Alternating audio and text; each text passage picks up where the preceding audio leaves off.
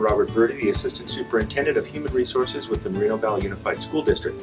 I'm here to talk about our certificated evaluation system. This system was developed over the course of 4 years with cooperation between district leadership and the Moreno Valley Educators Association.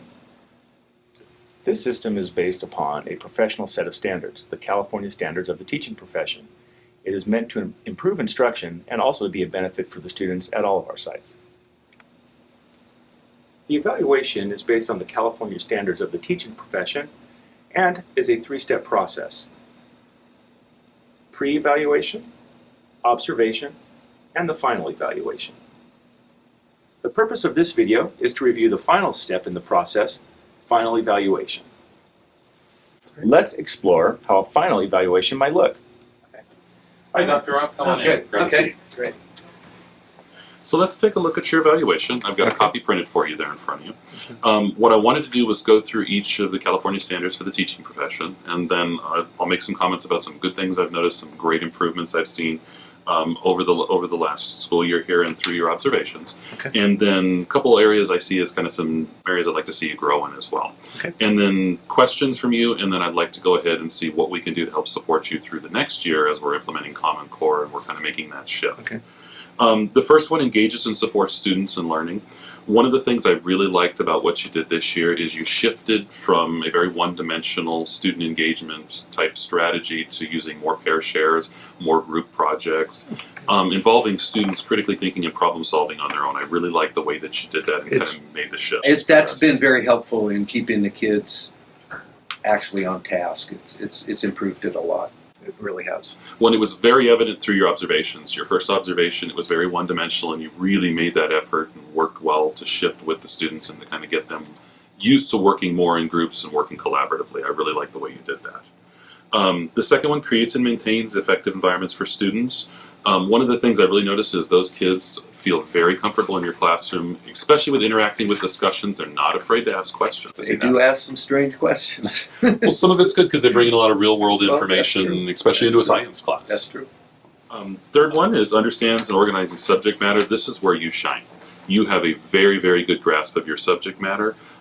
You plan very good lessons, which kind of leads us into our next standard there. The lessons are very well structured. Assessing student learning, this was one area where I thought you could use a little bit of improvement.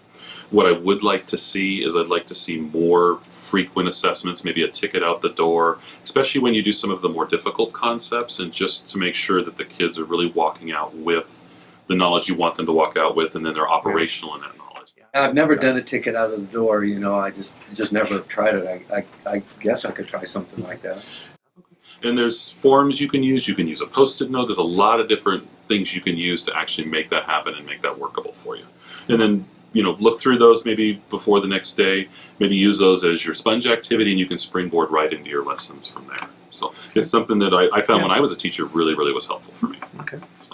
How do you feel you did on actually achieving and accomplishing that goal this way? It's really funny. That's probably, in my opinion, my greatest strength that's increased.